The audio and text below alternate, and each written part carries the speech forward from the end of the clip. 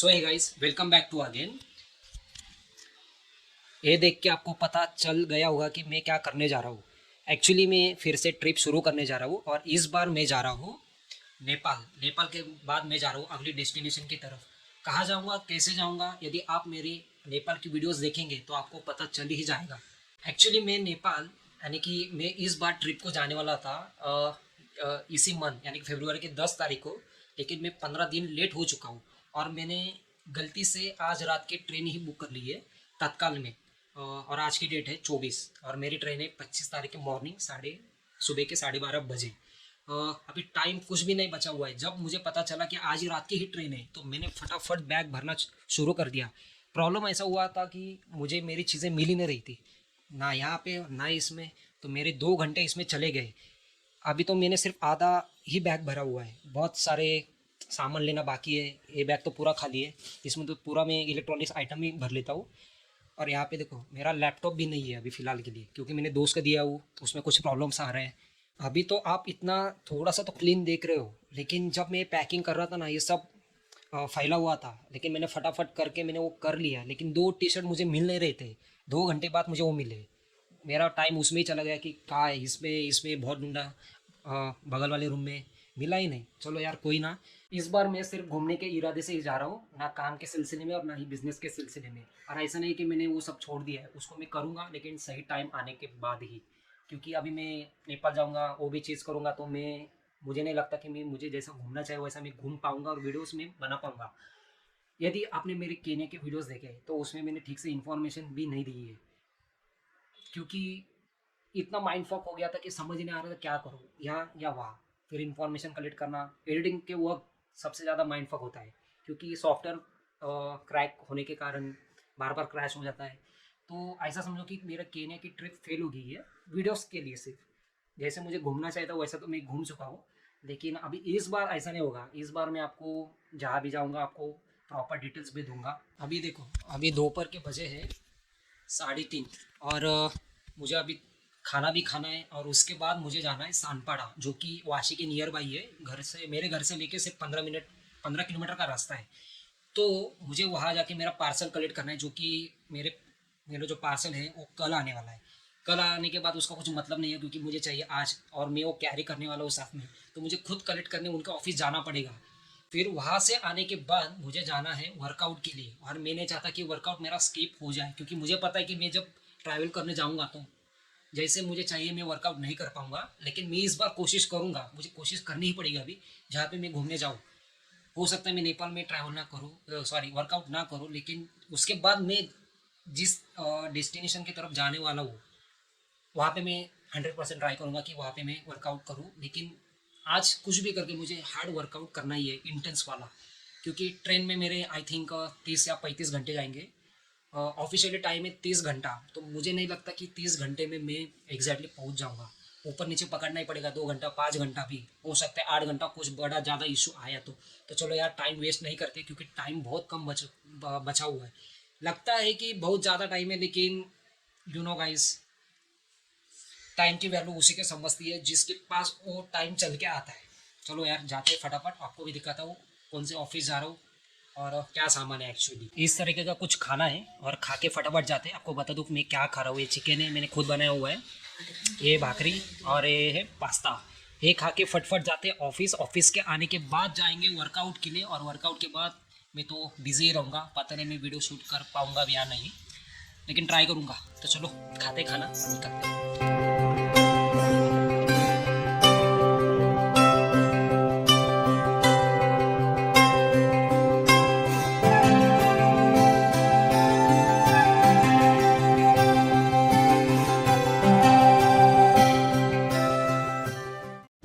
Parcel तो ले लिया, अभी घर जाते फटाफट और जो काम पेंडिंग है वो करते, फिर आपको दिखाऊंगा एक्चुअली इसमें है क्या।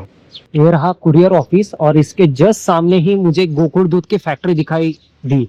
और मुझे ऐसा लगता है कि यहीं से ओवरऑल पूरे मुंबई को यहीं से दूध का जो माल है वो पूरा सर्कुलेट किया जाता होगा। आ चुका हूँ मैं घर पर, और जैसे कि मैंने आपको बोला था कि आने के बाद मुझे तुरंत वर्कआउट करना है, क्योंकि टाइम भी बहुत कम बचा हुआ है।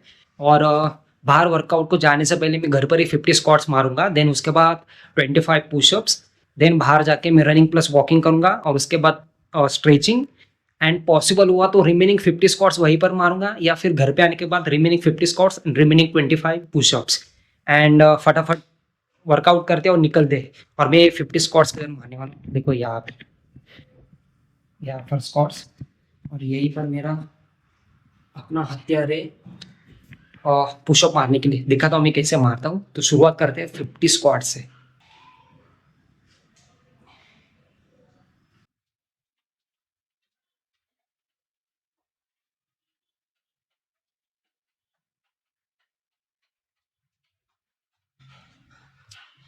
कंटिन्यूसली मैंने 25 स्क्वाट्स मारे। अभी थोड़ा सा ब्रेक लूंगा, फिर देन रिमेनिंग 25 मारूंगा, देन उसके बाद नॉन स्टॉप 25 पुशअप मारूंगा और निकल दे बाहर रनिंग के लिए। प्रो स्क्वाट्स मारते वक्त एक बात याद रखना कि पूरा डाउन जाना है, हाफ स्क्वाट्स नहीं मारना है। लिखा तो कैसे, इस तरीके से। कुछ कुछ लोग जो होते हैं वो ऐसे इतना सा मारते हैं। जितना आप नीचे तक जाएंगे फिर ऊपर आएंगे ना, फिर देखो कि फर्क कहाँ पर गिरता है, आपको खुद ही आपको महसूस गिर जाएगा।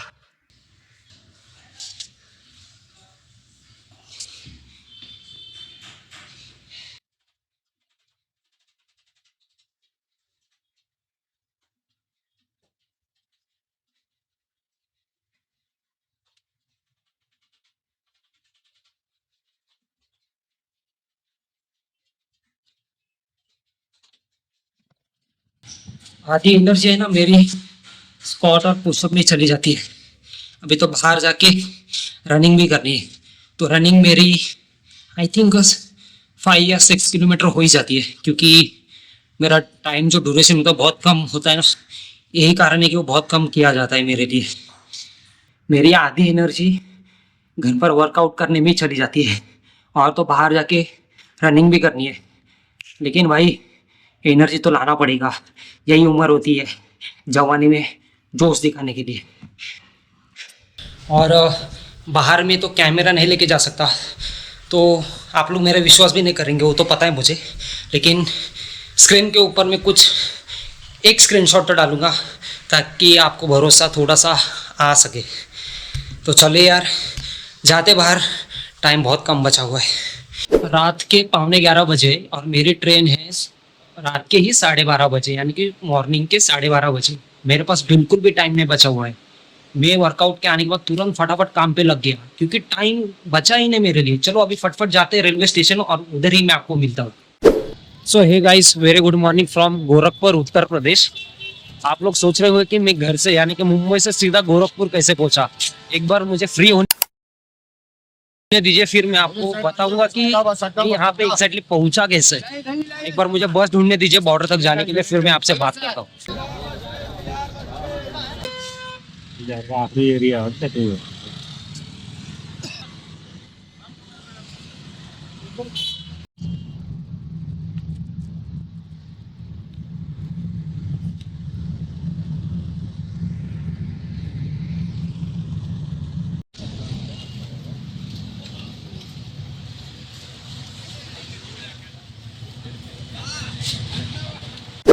तो दोस्तों, ऑफिशियली नेपाल के अंदर एंट्री हो चुकी है। मुझे थोड़ा टाइम दे दीजिए ताकि मैं आपको सब इन्फॉर्मेशन दे सकूं कि कल रात से मैंने एग्जैक्टली क्या क्या किया। अभी थोड़ा सा देख रहा हूँ कि मुझे कहाँ जाना है एग्जैक्टली, देन उसके बाद में टाइम मिलने के बाद आपको सब इन्फॉर्मेशन दे देता हूँ। वहाँ से नेपाल की एंट्री होती है अंदर आने के लिए। वहाँ पे अपना इंडियन आईडी कुछ भी दिखा दो, पासपोर्ट का जरूरत नहीं अपने इंडियंस के लिए। उसके बाद बैग वगैरह चेक होते हैं, नॉर्मल सा होता है।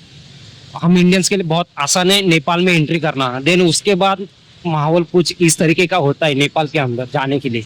अभी जाते आगे बस स्टैंड है, और जहाँ पर मुझे जाना है आपको मैं हिंट दे देता हूँ मैं कहाँ जाने वाला हूँ। प्रॉपर नेपाल के अंदर जाने से पहले कुछ बात कर लेते हैं एग्जैक्टली बीच में हुआ क्या। मैं शुरू से स्टार्ट करता हूँ। देखो, मैं 10 तारीख को ही नेपाल आने वाला था, लेकिन यूनिवर्सल प्रॉब्लम के चलते मैं 15 दिन डिले हो गया।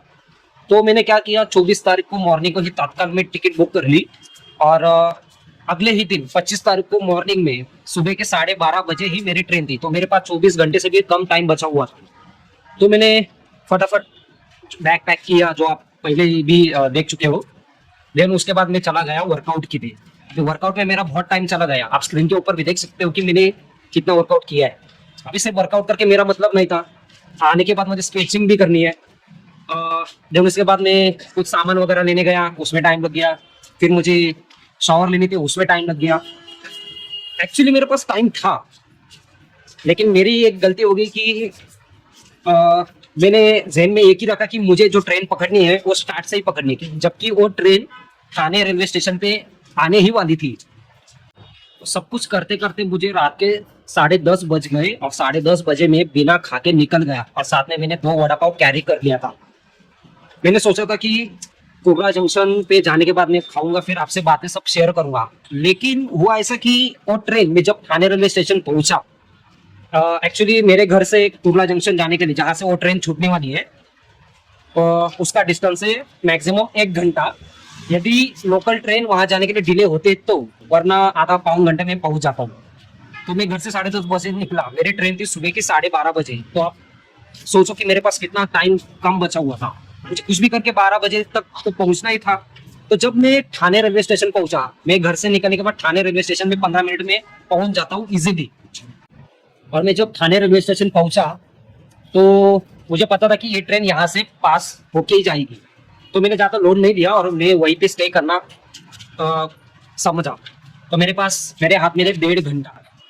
तो मैं चाहता था कि उस समय में वीडियो बनाऊं, लेकिन मेरे पास 2 बिग चैलेंजेस थे। पहला बड़ा चैलेंज था कि लोगों के भीतर वीडियो बनाना।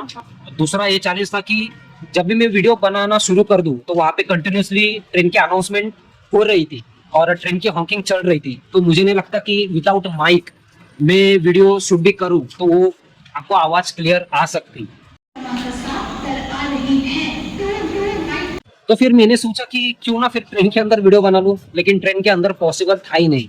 और जैसे कि ये कैमरा में शूट करता हूँ तो उसमें ना फ्लैश लाइट होती है, ना कुछ मैं कर सकता हूँ, और ना मैं कुछ आपको दिखा सकता था रात के समय भी। नेपाल जाने के लिए 2 इजीली रूट है इंडिया से, वो है उत्तर प्रदेश से और एक है सिक्किम से, जो उसका नाम है सिलीगुड़ी कुछ करके कुछ। तो मैं ट्रेन से यहाँ पे आया, मेरी जर्नी थी 30 घंटे, और एग्जैक्टली ट्रेन ने 30 घंटे में ही पहुंचाया। आप स्क्रीनशॉट देख सकते हो। लेकिन ट्रेन में सबसे बड़ा चैलेंज ये था कि मैंने जो टिकट बुक करी थी वो थी स्लीपर, और स्लीपर में कंफर्म टिकट वाले नहीं आ रहे थे, जो वेटिंग में थे वो भी आ रहे थे, और जो जनरल की टिकट बुक करके आ रहे थे वो भी उसमें घुसे थे।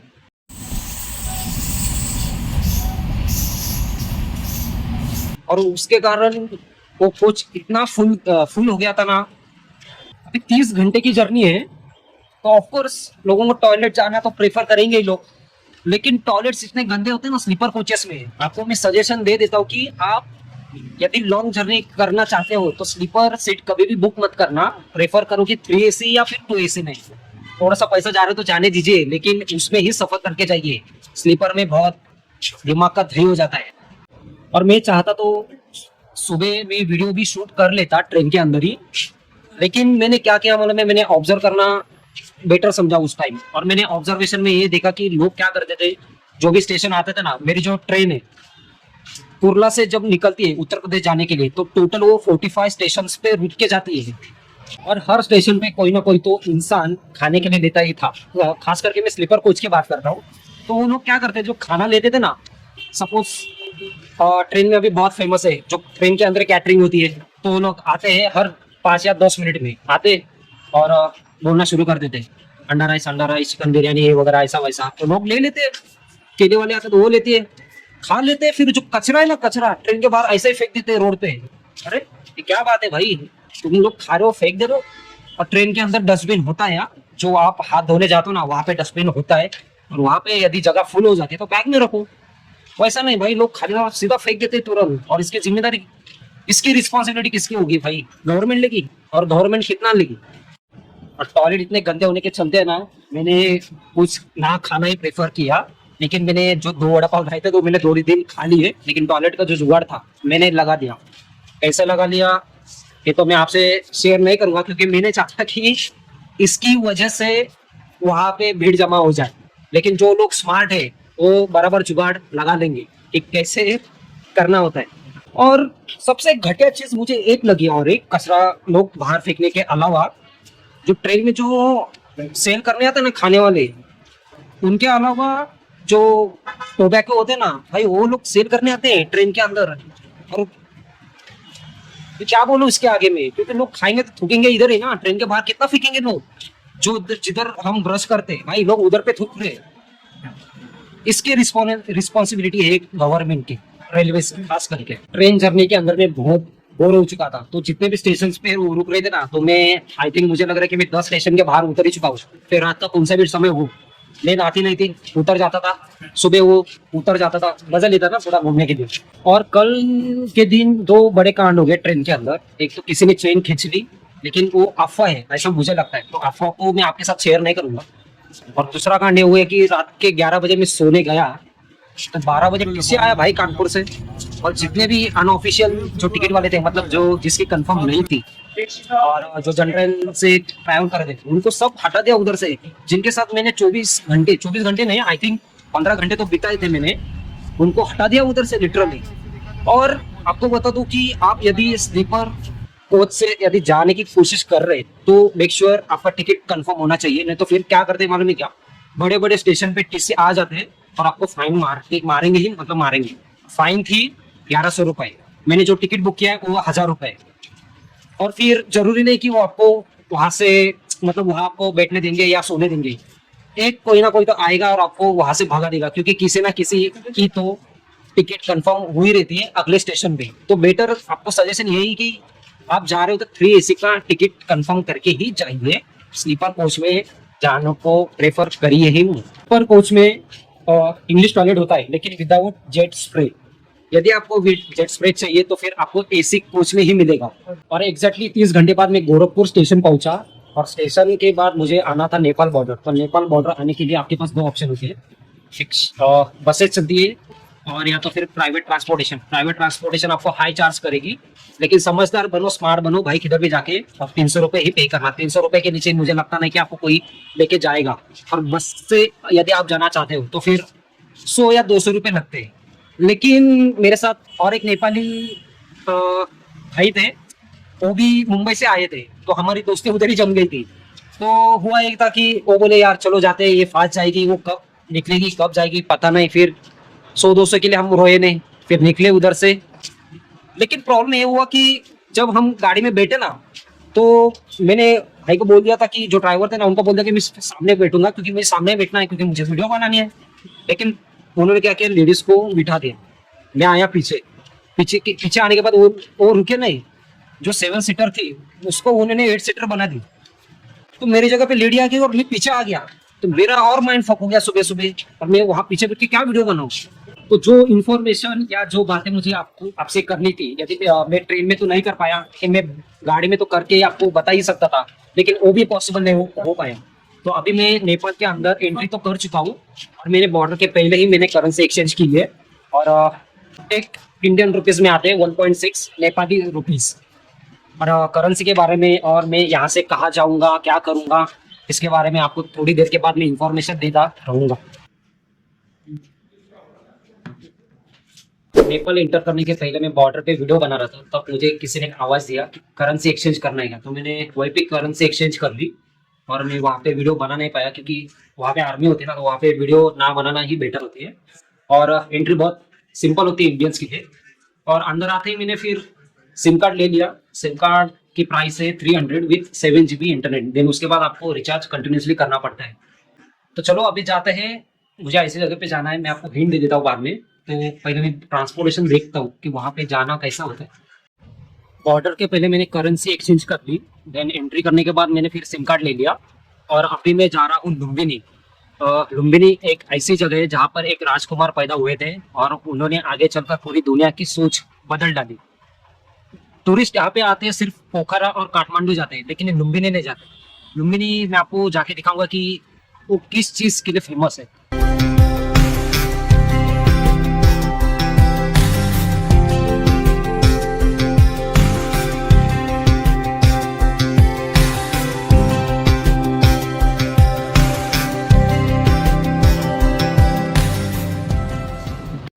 बॉर्डर से यदि लुम्बिनी जाना हो तो वहां में किस लिए जा रहा हूँ, क्या कारण है, आपको मैं बाद में बताऊंगा। लेकिन वहां जाने के लिए आपके पास 2 ऑप्शन होते हैं, एक तो प्राइवेट कार या फिर पब्लिक ट्रांसपोर्टेशन। तो पब्लिक ट्रांसपोर्टेशन के लिए आपको 2 बार ट्रांसपोर्टेशन चेंज करने पड़ते हैं।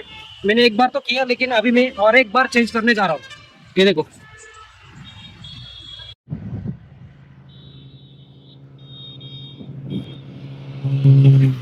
भाई लोग ये रास्ता देखो, कोई नहीं है, सुनसान है पूरा, और इधर कंस्ट्रक्शन चल रहा है। और मैं ये पूरा क्रॉस करके मेरे रूम की तरफ जा रहा हूँ। एक्चुअली मैं स्टार्टिंग से बताता हूँ कि हुआ क्या है। मैं गोरखपुर से गया सोनाली बॉर्डर, जो कि इंडिया नेपाल का सबसे क्लोजेस्ट बॉर्डर है। देन उसके बाद मैं आया हूँ लुम्बिनी स्टेट में। लुम्बिनी एक जगह है, most of the tourist Nepal में किस लिए आते हैं, एक तो काठमांडू नहीं तो पोखरा। लुम्बिनी आते हैं लेकिन बहुत कम आते हैं। लेकिन मैं लुम्बिनी क्यों आया हूँ, क्योंकि यहाँ पे गौतम बुद्ध का जन्म हुआ था, और यहीं से ही बुद्धिस्ट रिलीजन की शुरुआत हो गई थी। तो वही सब देखने के लिए मैं यहाँ पर आया हूँ। सिर्फ बुद्धिस्ट रिलीजन ही नहीं, बल्कि अपना इंडियन फ्लैग में जो अशोक चक्र है ना, इनका क्या रिलेशन है और क्या हिस्ट्री है, ये जानने के लिए मैं यहाँ पर आया हूँ। और मेरे सामने आप जो टेम्पल देख रहे हो ना, वो है सिद्धार्थ गौतम की माँ का मंदिर। अब इनके रिलेटेड जो भी इंफॉर्मेशन है, मैं जब यहाँ पर वापस आऊंगा ना, तब सारी इंफॉर्मेशन आपके साथ शेयर करूंगा। एक्चुअली मैं मंदिर को क्रॉस करते हुए रिटर्न जा रहा हूँ ना, तो यहाँ पे मंकीज देखो।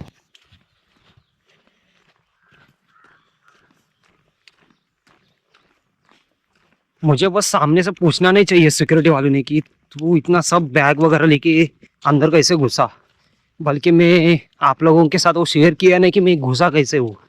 एक्चुअली मैं पीछे वाले साइड से घुसा हूँ और वहाँ पे लॉक था, तो वहाँ पे एक गार्ड था। तो मैं बोला यार अभी इतना कौन घूम के जाएगा, एंट्री दे दे। वो भी बोला आजा, अभी कूद के अभी क्या कर सकते। तो अभी सिर्फ इधर से बाहर जाते वक्त मुझे कोई प्रॉब्लम क्रिएट नहीं होनी चाहिए। बस चलो बाहर जाने के बाद मिलते हैं और देखते ये लोग मुझे क्या बोलते हैं क्या नहीं। कोई सवाल दवाल पूछा नहीं, इजीली बाहर चला गया मैं।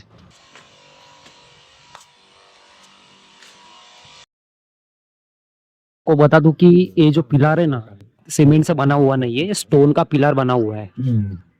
और ये स्टोन पूरे भारत में फैले हुए हैं, और यही अशोक पिलर्स आज अपने भारत का राष्ट्रीय प्रतीक है, यानी कि नेशनल सिंबल। अभी जो मेरे सामने से आ रहे हैं ना, वही है टिबेटन ट्रेडिशन स्टाइल वाले बुद्धिस्ट मॉन्क्स। सिद्धार्थ गौतम को ज्ञान में क्या समझ में आया, उन्होंने 4 बातें समझी, इसलिए बुद्धिस्ट रिलीजन में पूजा से इम्पोर्टेंट है। रूम के बाहर इतना सामसून बन गया है ना, मुझे नहीं लगता कि मुझे अभी बाहर कुछ खाने को मिलेगा। महादेवी टेम्पल के अंदर जाने के लिए आपको एक टिकट लेना पड़ेगा। मोनास्ट्री को बुद्धिज्म में विहार भी बोला जाता है। भाई ये मोनास्ट्री इतनी खूबसूरत है ना, और उतनी ही शांत है।